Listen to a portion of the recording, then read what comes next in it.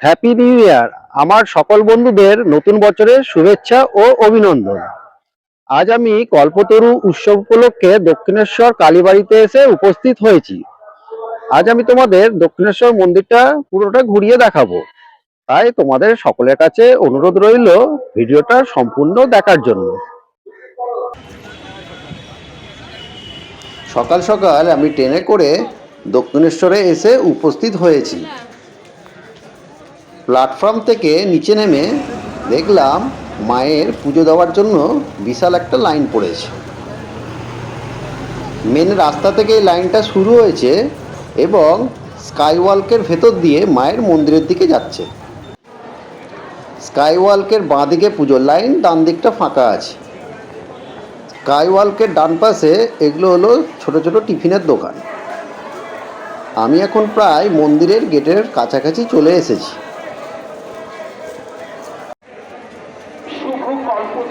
পুজো দেওয়ার এই লাইনটি মা ভবতারিণী ফেরিঘাটের ভেতর দিয়ে মন্দিরের ভেতর প্রবেশ করছে।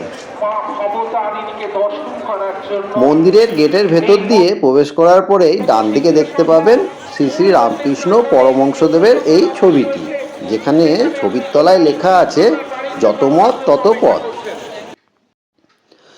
1855 সালের 31শে মে স্নানযাত্রার দিন প্রসিদ্ধ মানবদরদী জমিদার রানী রাসমণি এই মন্দিরটি প্রতিষ্ঠা করেন। এই মন্দিরের দেবী কালীকে ভবতারিণী নামে পুজো করা হয়। কাশীপুর উদ্যানবাটি উত্তর কলকাতার কাশীপুর অঞ্চলে অবস্থিত। 1886 সালে 1 জানুয়ারি শ্রী শ্রী রামকৃষ্ণ পরমহংসদেব তিনি তার গৃহস্থ শিষ্যদের আশীর্বাদ করেছিলেন তোমাদের চৈতন্য। সেই থেকে কল্পতরু উৎসবটা পালিত হয়। আজ বছরের প্রথম দিন, সেই কল্পতরু উৎসব উপলক্ষে প্রচুর ভক্তের সমাগম হয়েছে। বছরের প্রথম দিন মায়ের পুজো দেওয়ার জন্য প্রচুর মানুষ আজ দক্ষিণেশ্বরে এসেছেন। মায়ের মন্দিরের সামনেই রয়েছে রানী রাসমণির এই মন্দিরটি।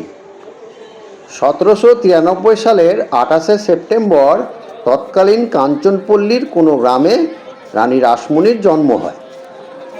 পিতার নাম হরেকৃষ্ণ দাস, মাতা রামপ্রিয়া। কলকাতার জানবাজারের জমিদার বাবু রাসচন্দ্র দাসের সাথে তার বিবাহ হয়। এই সিকিউরিটি জোনের ভেতর দিয়েই প্রত্যেক দর্শনার্থীকে মায়ের মন্দিরের ভেতর প্রবেশ করতে হয়।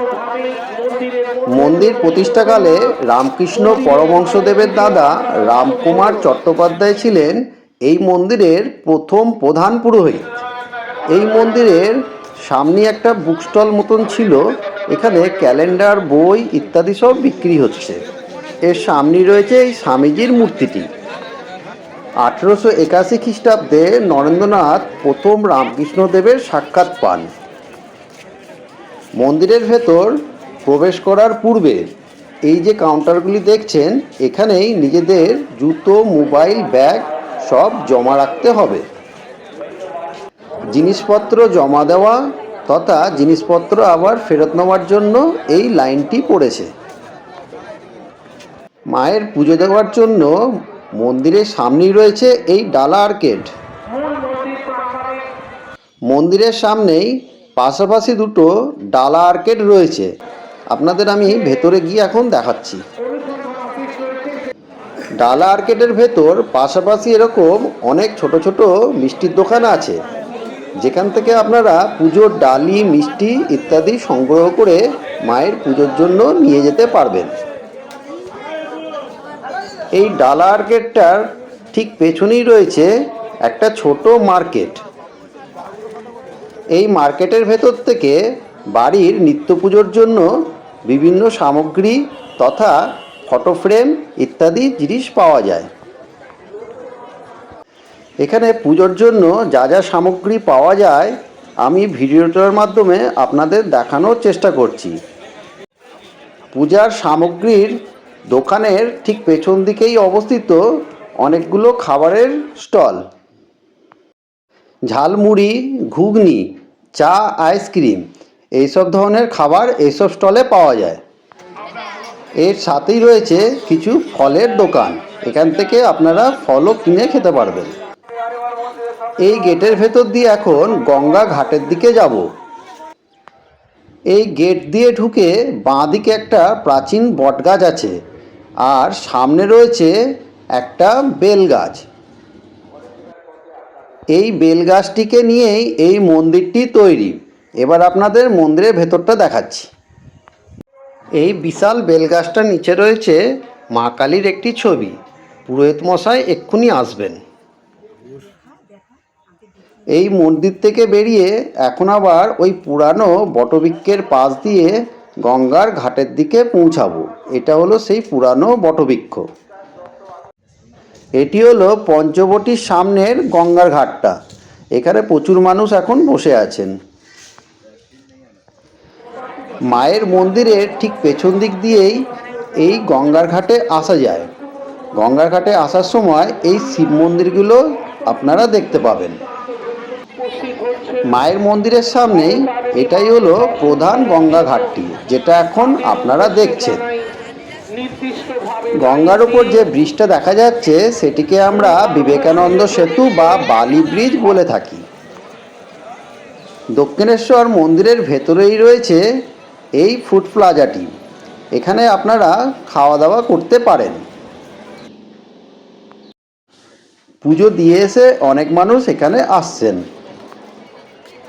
মন্দির ঘোরার শেষ। এবার এই স্কাইওয়াকের ওপর দিয়ে আমরা স্টেশনের দিকে এগোবো। চলমান সিঁড়ি দিয়ে স্কাইওয়াকের উপরে উঠে দেখতে পাবেন দক্ষিণেশ্বরের আদলে তৈরি একটি নকশা। দক্ষিণেশ্বরের মন্দিরটিকে এই নকশার মাধ্যমে ফুটিয়ে তোলা হয়েছে। এই স্কাইওয়াকের ভেতরই দেখতে পাবেন শ্রী শ্রী ঠাকুর রামকৃষ্ণ পরমহংসদেবকে। এই স্কাইওয়াকের ভেতর দিয়ে যখন যাবেন তখন দেখবেন মধ্যিখানে অনেক ছোট ছোট দোকান আছে। এই দোকানগুলোতে মায়ের পুজোর জন্য পূজার ডালি, মিষ্টি এবং অন্যান্য জিনিস সামগ্রী পাওয়া যায়। এখন এই স্কাইওয়াকের প্রায় শেষ প্রান্তে এবং স্টেশনের কাছাকাছি চলে এসেছি।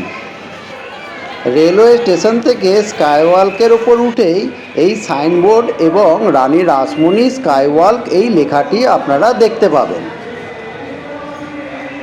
এবার এই স্কাইওয়াক থেকে আমি চলমান সিঁড়ি দিয়ে নিচে নেমে আপনাদের রোডটা এখন দেখাবো। এই চলমান সিঁড়িটি সোজা মেন রাস্তার ওপর নেমে গেছে। এই মেন রাস্তা থেকে আপনারা বাস স্ট্যান্ড তথা রেলওয়ে স্টেশনে পৌঁছাবার সিঁড়ি পেয়ে যাবেন। এটা এখন স্কাইওয়াকের নিচেটা দেখছেন। আজকের মতো ভিডিও আমি এখানেই শেষ করছি। আপনাদের সকলের কাছেই একটা অনুরোধ, ভিডিওটা যদি আপনাদের ভালো লেগে থাকে ভিডিওতে একটা লাইক, কমেন্ট এবং চ্যানেলটাকে সাবস্ক্রাইব করতে ভুলবেন না। আপনাদের সাথে আমার আবার পরের ভিডিওতে দেখা হবে।